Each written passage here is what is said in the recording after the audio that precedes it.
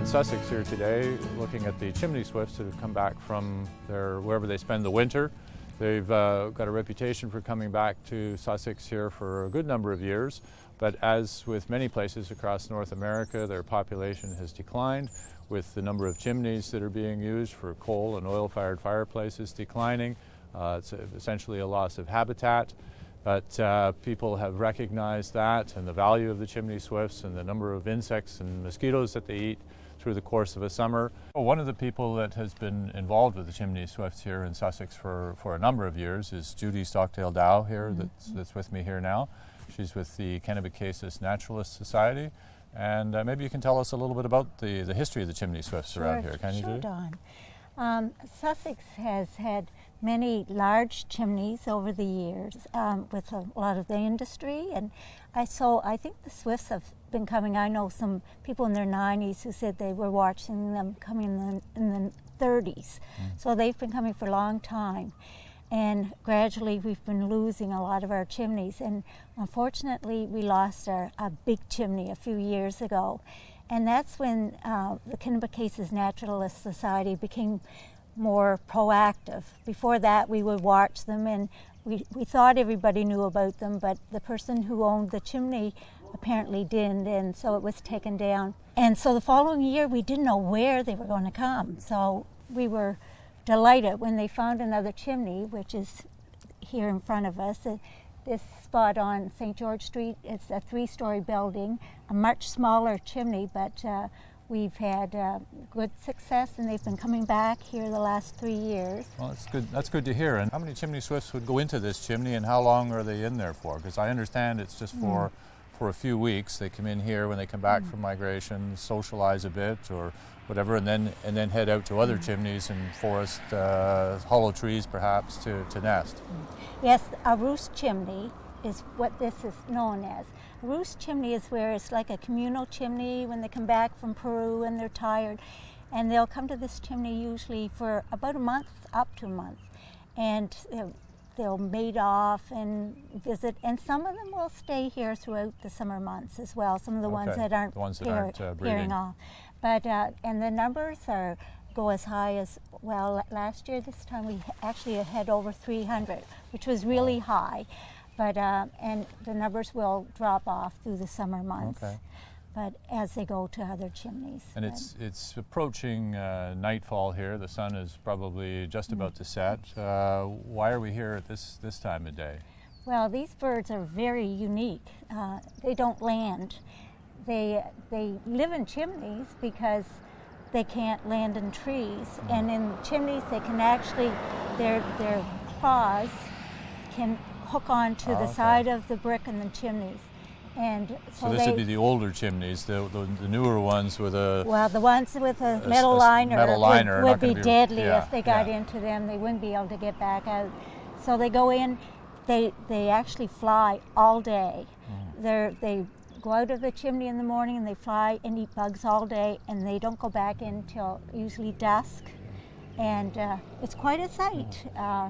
Yeah, I can see some of them flying around here now. There may be a dozen of them flying around, and so you say they've been out all day catching insects. Now, and they will all come in more or less when the sun goes down and stay there for the night. Yes, yes, and it's quite a sight. Sometimes when they all go in at once, if there's a lot of them, it can almost look like smoke going into a chimney. Yeah.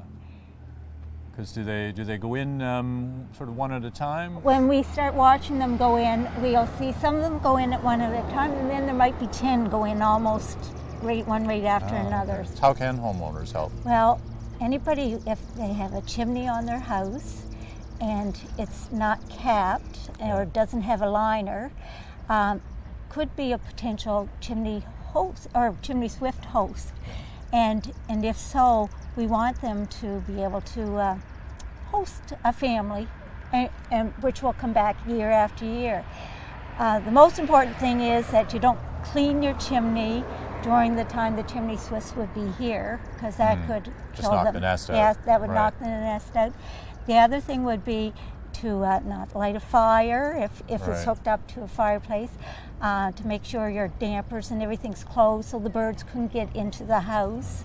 I've had swifts in my chimney for years, and it's fun just to hear them coming in. They're not noisy, but it's fun to know that they're able to have a place that they're safe at night. Once you know what they are and that they're not getting into your house, they're just using your chimney. That's It's kind of fun to have them there, and they are, as we've said, catching a lot of mosquitoes. They're I think they very eat their- important Eat their own bird. weight in mosquitoes every day. So They're very important, especially now with, well, as you know, with the bat population decreasing.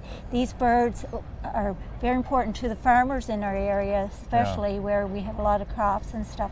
And they keep the mosquito and bug population down in town. So I say we want to keep them coming back. how do we recognize a chimney swift? Well, chimney swift, you would never see it landing on a house or a tree.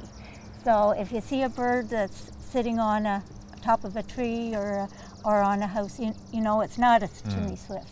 The chimney swifts can be recognized by their very high twitter, and you probably can hear it. I've heard that in the background, sort of a chirping or twittering very, sound. very It's quite distinctive. distinct. Yeah. And they generally fly very high. There's probably 20 of them flying around, maybe 30 flying And around. they'll start swirling around gradually this chimney area, and for probably about 20 minutes, and there may be one go down anytime. There goes one. Oh, there. Maybe they're all going now.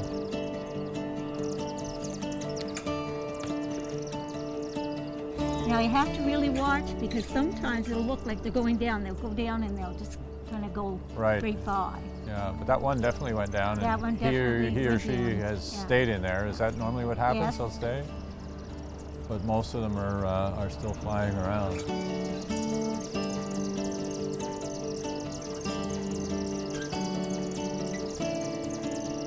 Remarkable, Judy. I was counting myself, and I got somewhere around 140, and I still see a couple, or I hear a couple twittering around here. That's quite a few more than you had the other night, I think. Yes, it is. And how do you end up with a final count for the evening? Well, usually, as you saw when they were going in very quickly, you had to count them by 5. Oh yeah. And then when I could see them individually, I have a little tally here, and I just add up, and I came up with 142. So Okay. so that'll be we're- the count for tonight, the official Yeah. count, unless there are some more that go in. Yeah. And somebody also spied a couple going into another chimney, which is a known nesting chimney. Ah. So that's pretty exciting. And my husband is actually at our house watching to see if there was any going in there. So we're hoping they'll soon be starting to So nest some of them in will ours. start to leave here and go to the Yeah. nesting sites. But this is an increase of how many from just a few Well, a few days days ago? ago we had 62. This is an increase of 80 just in a few Yes. days, meaning they've come back. And you say they come back from Peru. They're Peru. not all on one flight, but it would take them a while to get here. And where it's been a colder winter, I think they're a little bit slower this coming year. back. So And I just saw 3 more go by there, so there's three that haven't gone in yet. So it's that's quite a- something to watch, isn't it? Yeah, it is. They really, when they start to go down, they all went down in the course of just a couple of minutes, or most of them, 90% probably went down. And, well, that's been a great evening. Thanks a lot for showing us around, Judy. Well, thank you for coming, Dawn. And it has been a great evening. The sky's been clear, and we've seen a lot of swifts. And I hope you've enjoyed. I have, and I think it's great to have projects like this in the province. And the Wildlife Trust Fund of New Brunswick is more than happy to fund them.